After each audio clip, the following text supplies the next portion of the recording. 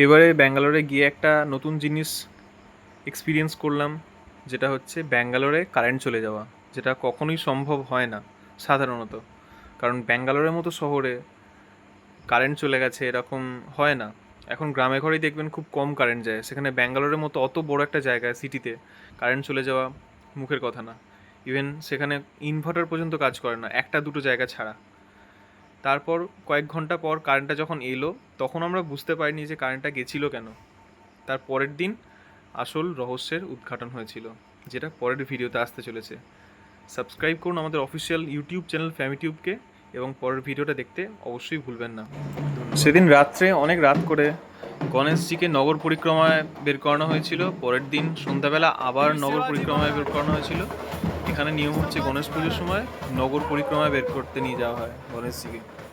তো এই দেখুন, গণেশজি নগর পরিক্রমা করছিলেন। ডান দিকে আছেন শিবাজি মহারাজ, এই যে জুম করলে দেখা যাচ্ছে। অপর দিকে ওনার ছেলে সম্ভাজি মহারাজ আছেন। নিচেতে আছেন মা লক্ষ্মীর হয়তো মূর্তি, আমি ওটা ঠিক বলতে পারছি না। ওনার হাতে আশীর্বাদ করছে। এখানে গাড়ি দিয়ে সুন্দরভাবে নগর পরিক্রমা বের করানো হয়।